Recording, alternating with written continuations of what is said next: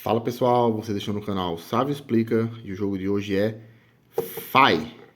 Fai é um jogo de 2018 de Léo Colovini, publicado aqui no Brasil pela Conclave Jogos. E em Fai nós seremos druidas, ou melhor dizendo, nós seremos espíritos, seres da floresta, do reino das fadas, que são cultuados por esses druidas. E vamos ali disputar para ver quem consegue ser o mais cultuado, se é que podemos dizer assim. Aquele que mais obtém a devoção dos druidas. Embora assim, ele é um jogo basicamente abstrato, é um jogo de estratégia abstrata que tem essa temática de mitologia céltica ali com uma camada muito, muito leve de temática.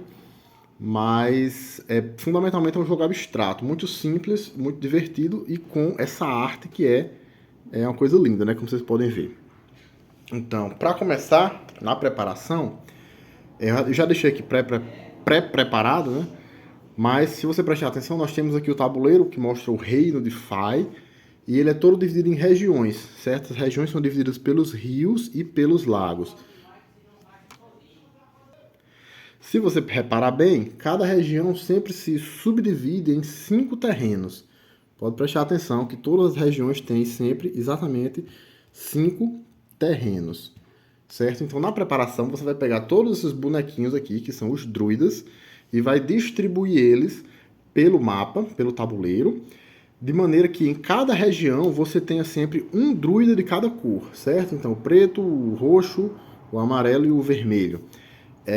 Em cada uma das regiões você tem 5 terrenos e você não pode repetir a cor do druida numa região, né? Cada região vai ter exatamente um druida em cada terreno e sempre sem repetir as cores.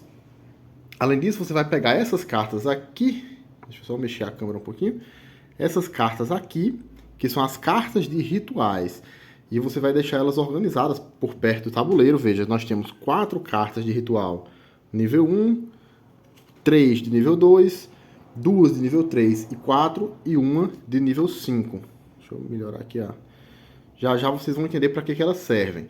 Então você deixa elas por perto, né, organizadas dessa forma, por perto do tabuleiro ao alcance do jogador. Aqui na borda do tabuleiro nós temos uma trilha de contagem de pontos. Então você vai pegar as 5 fichinhas das 5 cores, e colocar lá no espaço 0 da trilha de contagem de pontos. Você sempre coloca as 5 fichas, independente da quantidade de jogadores que estiverem jogando. Fai é um jogo que dá para jogar de 2 a 4 jogadores. Por fim, antes de começar a jogar, nós vamos pegar essas 5 cartas que representam justamente os 5 seres, né, os 5 espíritos da floresta, os 5 Fai, que são cultuados pelos nossos druidas. Cada um correspondendo a uma cor. O azul, o preto, o amarelo, o vermelho e o roxo. Você vai embaralhar e vai sortear secretamente uma para cada jogador. Como eu disse, é um jogo que dá para jogar de 2 a 4. Então, ainda que você esteja jogando com a quantidade máxima, sempre vai sobrar no mínimo uma. As que sobrarem, você devolve para a caixa do jogo sem olhar o seu conteúdo, você não vai precisar dela. Cada jogador vai pegar a carta que recebeu no sorteio, vai olhar o seu conteúdo e vai mantê-la oculta, certo? Não deverá revelar aos demais jogadores qual foi a carta que recebeu, apenas ele olha. E aí a gente está pronto para começar o jogo. Você escolhe um jogador inicial, pelo metro que você quiser, e cada jogador, na sua vez, irá realizar uma jogada. E a jogada é bem simples. O jogador irá escolher um terreno. Quando eu digo terreno, eu quero dizer esses espaços que são identificados aqui pela ilustração, né? Aqui é montanha, aqui é floresta, aqui são campos, aqui é uma espécie de floresta de cogumelos e por aí vai. Então ele vai escolher um terreno específico do tabuleiro e vai mover todos os druidas, todos os bonequinhos que estejam presentes naquele terreno para um terreno vizinho, um terreno adjacente. Importante que nesse momento os terrenos que são separados por um rio são considerados vizinhos, são considerados adjacentes.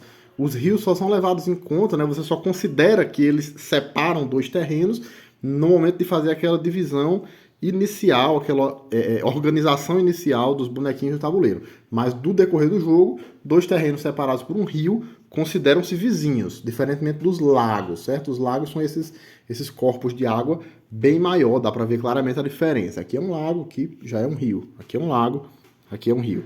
Então, 2 terrenos separados por um rio consideram-se adjacentes para efeito disso que eu estou explicando agora. 2 terrenos separados por um lago, não, aí são realmente separados, certo? Então você vai mover, escolher um terreno específico do tabuleiro e mover todos os druidas que estejam naquele terreno em direção a um terreno vizinho. Então eu poderia, por exemplo, escolher esse aqui e mover para cá. O próximo jogador, na jogada seguinte, poderia, por exemplo, pegar esses 2 aqui e mover para cá. Certo? Você sempre vai pegar todos os druidas que estiverem naquele terreno, independente da cor, independente da quantidade. Aliás, tem um porém com relação à quantidade que eu explico já. E mover todos eles para um terreno vizinho. Não importa se um outro jogador antes de você já moveu, certo? Os druidas não têm dono. Cada jogador sempre pode pegar todos os druidas de um determinado terreno e mover para um terreno vizinho. E quais são as restrições? Existe alguma restrição? Existe. A primeira é que você não pode mover para um terreno vazio. Você sempre tem que mover aqueles druidas que você está pegando, tem que ser movidos para um terreno adjacente, onde haja pelo menos um outro druida. E a segunda restrição é que você nunca pode mover mais do que 7 druidas. Se num determinado terreno você chegar ao número de 7 druidas, eles são obrigados a permanecer ali. Outros druidas de fora podem continuar entrando, mas aqueles 7 que estão ali não podem mais sair, certo? Então o limite máximo de druidas que você movimenta é de 6. Se um determinado terreno chegar a 7 ou mais druidas, outros druidas de fora podem continuar entrando, mas aqueles que já estão lá dentro não podem mais sair, não podem mais ser movidos de lá para fora. E qual é o objetivo desse mexe-mexe todo, dessa movimentação dos druidas? Bom, o objetivo é realizar rituais. Quando é que se realiza um ritual? Um ritual ocorre quando o jogador movimenta um druida para um determinado espaço e, ao fazer isso, aquele espaço se torna isolado. O que quer dizer isolado? Quer dizer que todos os espaços vazios, os espaços adjacentes a ele, desculpem, estão vazios. Nesse caso aqui, por exemplo, foi o que nós acabamos de fazer. Nós conseguimos reunir esses druidas aqui. Esse jogador que fez esse movimento aqui, né, no nosso exemplo que nós estávamos dando, ele conseguiu fazer com que esse grupinho de 5 druidas ficasse isolado. Todos os terrenos vizinhos, todos os terrenos adjacentes a ele estão vazios. Isso é o que se chama de um grupo isolado. Então, quando você consegue isolar um grupo de druidas, você realiza o ritual. Então, como é que vai se proceder o ritual? Primeiro de tudo, nós vamos verificar 2 coisas. Primeiro, em que terreno aquele ritual está acontecendo. Veja que existem diferentes tipos de terreno. Lembra daquelas cartas lá que eu mostrei que ficavam ao lado? Pois bem, essas cartas mostram os terrenos abençoados e os terrenos amaldiçoados. E cada carta representa um ritual que irá acontecer ao longo da partida. Então, os 4 primeiros rituais que acontecerem, terão como terreno abençoado esse aqui, que é o campo, e como terreno amaldiçoado esse aqui, que é a floresta de cogumelo, certo? Então, no nosso exemplo aqui, o ritual estaria acontecendo em terreno amaldiçoado. Mas, só para melhorar o exemplo, a título de explicação, digamos que o ritual estivesse acontecendo aqui, no terreno abençoado. Para isso, esse bonequinho não poderia estar aqui e esse não poderia estar aqui. Agora sim.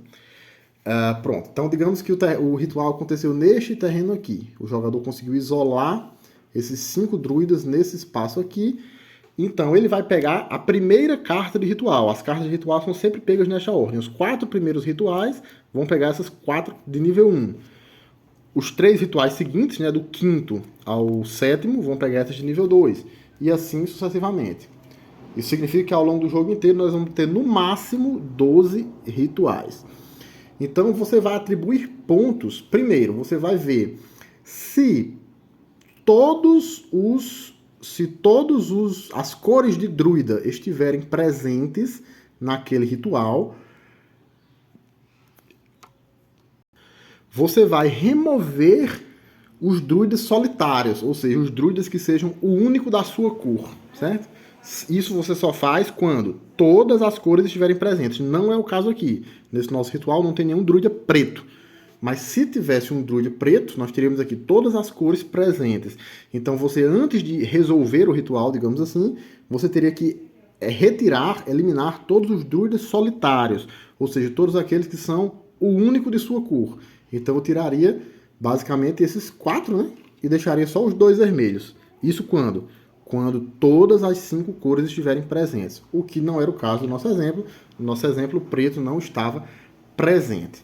Então, primeiro ponto, você faz essa verificação. Todas as cores estão presentes? Caso positivo, você remove todos os druidas solitários, os druidas que são o único de sua cor. E em seguida passa para a resolução do ritual. Caso negativo, você pula essa etapa e vai direto para a resolução.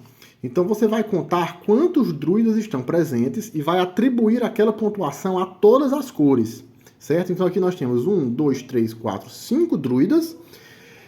Então a cor amarela, a azul, a vermelha e a roxa vão todas receber 5 pontos. Ah, mas o vermelho tem 2 druidas presentes. Problema dele, certo? E você, independente da quantidade de druidas que estiverem presentes, todas as cores recebem a mesma pontuação. Então você pode ter, por exemplo, 4 druidas vermelhos e 1 azul, nós teríamos a cor vermelha e a cor azul ganhando 5 pontos cada, certo? Independente da quantidade de druidas que estiver lá presente. E se todas as cores estiverem presentes, mas foi exatamente um druida de cada cor, você vai realizar aquela etapa de remover todos os druidas solitários, vai acabar que você removeu todo mundo. E aí? E aí é exatamente isso, ninguém ganha pontos. Quando você remover todos os druidas solitários, como a gente chama, você acabou removendo todo mundo e o ritual não aconteceu. Então ninguém ganha pontos, certo? Então, mas voltando aqui ao nosso exemplo, nós teríamos o vermelho, o roxo, o azul e o amarelo ganhando 5 pontos cada um.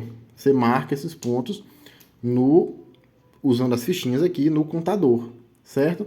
Mas eu falei também da questão dos terrenos abençoados e dos terrenos amaldiçoados. O que é que isso quer dizer?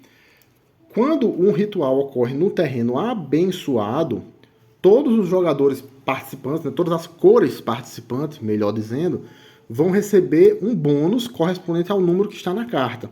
Então, nos 4 primeiros rituais que ocorrem no jogo, o terreno abençoado é esse verdinho claro, que é o campo.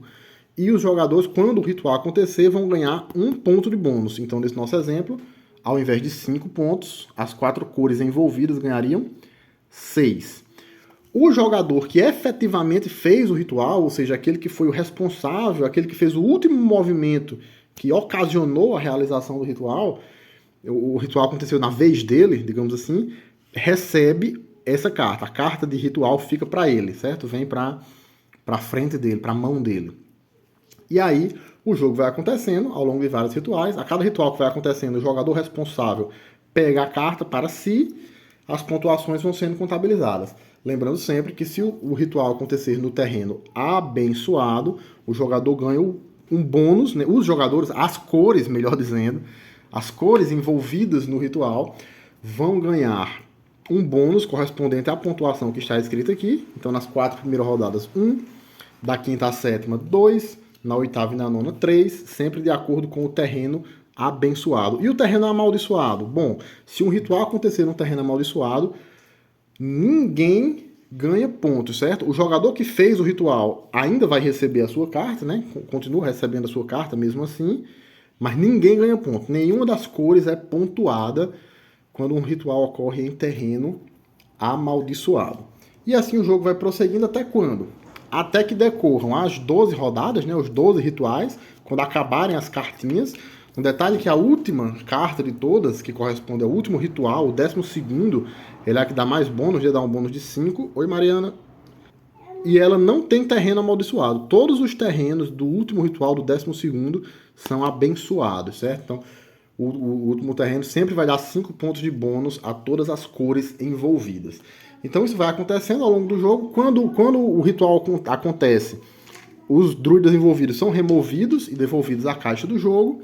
Isso vai prosseguindo até que ou A, os 12 rituais aconteçam, os 12 rituais possíveis aconteçam, ou B, não seja possível mover os druidas. Como existem aquelas restrições à movimentação, né? Você não pode mover um grupo de druidas composto por 7 ou mais, e você não pode mover um grupo de druidas em direção a um terreno vazio. Então, se ao aplicar essas restrições de movimentação, você vê que o jogo ficou travado e nenhum druida pode ser movido para lugar nenhum, então o jogo também acaba imediatamente. E aí a gente vai contar pontos. Primeiro, os jogadores revelam a sua identidade secreta. Lembra das cartinhas que os jogadores receberam lá no começo? Passa-se o jogo inteiro sem que ninguém saiba com certeza qual cor corresponde a cada jogador. Os jogadores vão fazendo as suas jogadas, e nessas jogadas eles vão atribuir pontos muitas vezes para várias cores diferentes, sem que ninguém saiba, além do próprio jogador, é claro, qual é a cor de cada um. Então uma parte importante do jogo é isso, é você ir tentando descobrir, pegar pistas pelas jogadas dos outros jogadores para tentar deduzir qual é a cor de cada um. E aí, se você já chega à conclusão de que a cor daquele jogador tal é o roxo, você já vai fazer o máximo para evitar de realizar rituais onde a cor roxa esteja presente, por exemplo.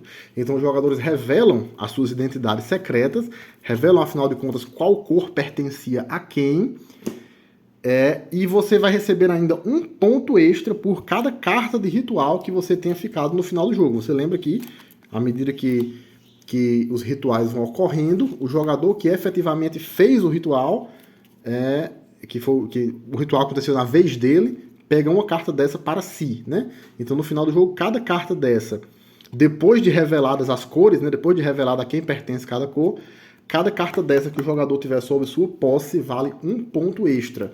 Você faz essa contabilização final de pontos, e quem tiver mais pontos é o grande vencedor. Então foi isso. Esse foi o nosso jogo da semana. Joguem, fai. Se gostou do vídeo, deixe sua curtida, seu comentário, se inscreva no canal, ative as notificações e até o próximo jogo.